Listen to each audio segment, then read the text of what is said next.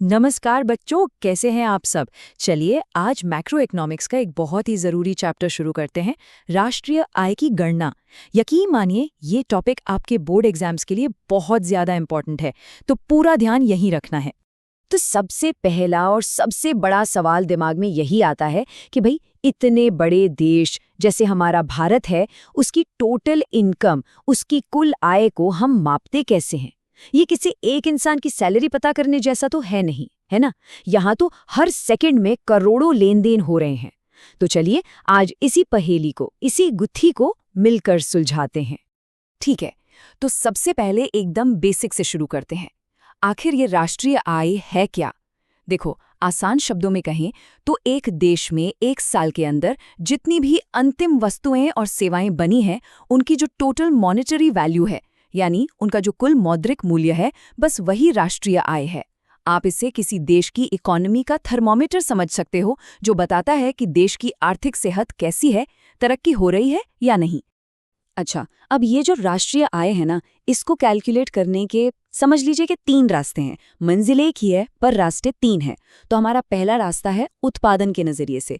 इसे हम कहते हैं मूल्यवर्धित विधि या इंग्लिश में वैल्यू एडेड मेथड। बच्चों ध्यान दीजिएगा, ये मेथड इस बात पे फोकस करता है कि हमारे देश में असल में प्रोडक्शन कितना हुआ, यानी क्या क्या बना। इस मेथड का जो बेसिक कॉन्सेप्ट है वो बहुत सिंपल है।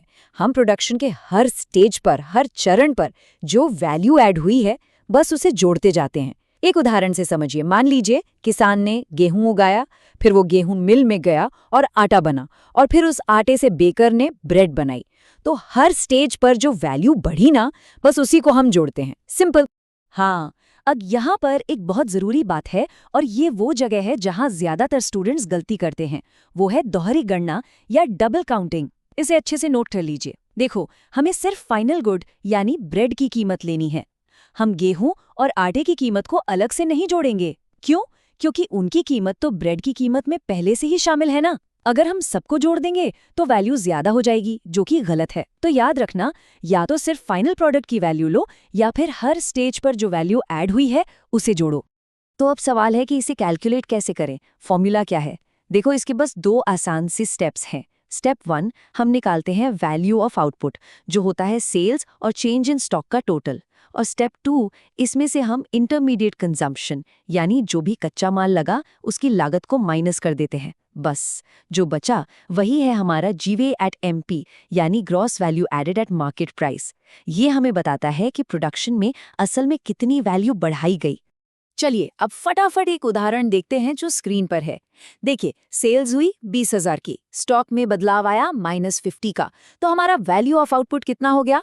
19,950। ठीक है, अब इसमें से जो कच्चा माल लगा यानी इंटरमीडिएट कॉस्ट, वो थी 10,000 की, तो 19,950 में से 10,000 घटा दिए और हमारा GVAT-MP आ गया 9,950 रुपए। है ना एकदम सिंपल।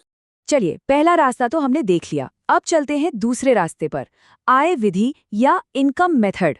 अब हम उसी आर्थिक गतिविधि को एक बिल्कुल अलग चश्मे से देखेंगे। अब हम ये पता करेंगे कि प्रोडक्शन करने में लोगों ने टोटल इनकम कितनी कमाई। तो इस मेथड में क्या करते हैं, हम उत्पादन के जो 4 फैक्टर्स होते हैं, याद है ना, लैंड, लेबर, कैपिटल और एंटरप्रेन्योरशिप, इन चारों को जो इनकम मिली है उसे बस जोड़ देते हैं। मतलब देश में जितना भी किराया, मजदूरी, ब्याज और मुनाफा कमाया गया, उन सबको एक साथ प्लस कर दो। यहाँ पर एक और बहुत इंपॉर्टेंट पॉइंट है जिससे आपको गांठ बांध लेना है। हम सिर्फ कारक आय यानी फैक्टर इनकम को ही जोड़ते हैं। ये वो इनकम है जो मेहनत करके कोई प्रोडक्टिव सर्विस देकर कमाई जाती है।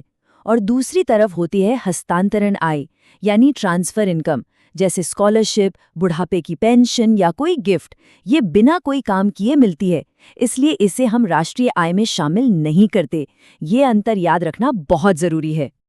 ठीक है, तो इस मेथड का फॉर्मूला 3 चीजों पर टिका है। पहला, कर्मचारियों का पारिश्रमिक यानी कॉम्पनसेशन ऑफ एम्प्लॉयज।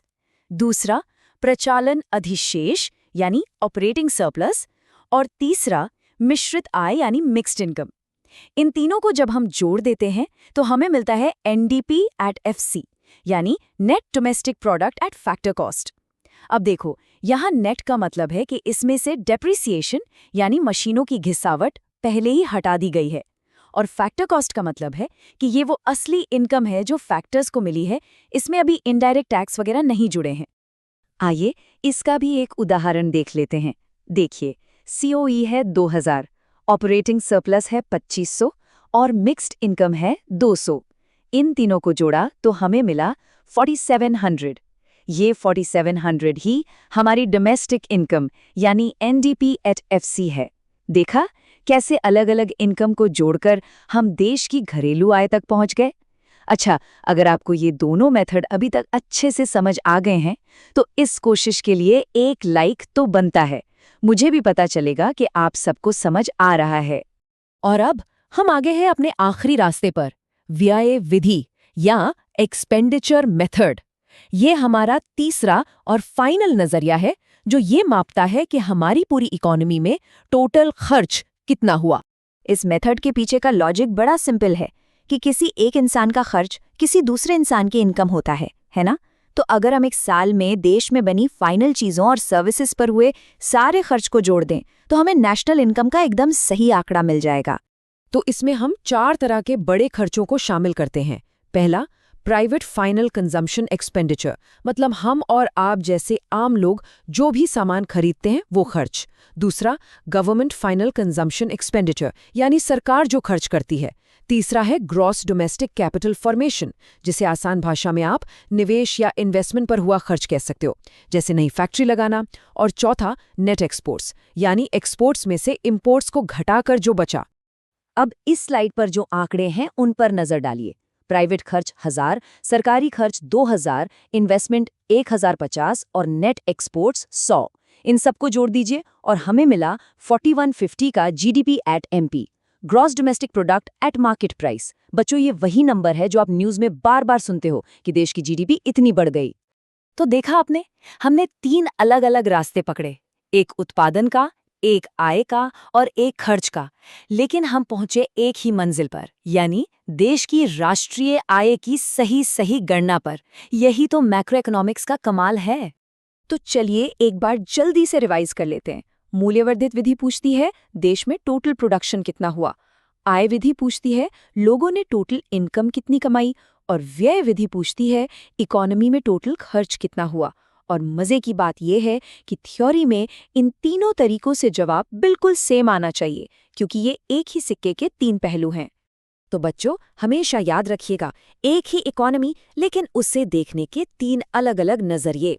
अब आप ये बात समझ गए होंगे कि GDP के जो आंकड़े आते हैं वो सिर्फ नंबर नहीं होते, बल्कि वो हमारे देश की पूरी आर्थिक कहानी बयां करते हैं। उम्मीद है आज की इस क्लास से आपको ये मुश्किल टॉपिक अच्छे से समझ आ गया होगा। अगर आप चैनल पर नए हैं तो सब्सक्राइब जरूर कर लीजिएगा ताकि आगे के चैप्टर्स आपसे मिस ना हो। और हाँ, अपने दोस्तों के साथ भी इसे शेयर करें ताकि उनकी भी मदद हो सके। अगली क्लास तक पढ़ते रहिए और अपना ख्याल रखिए।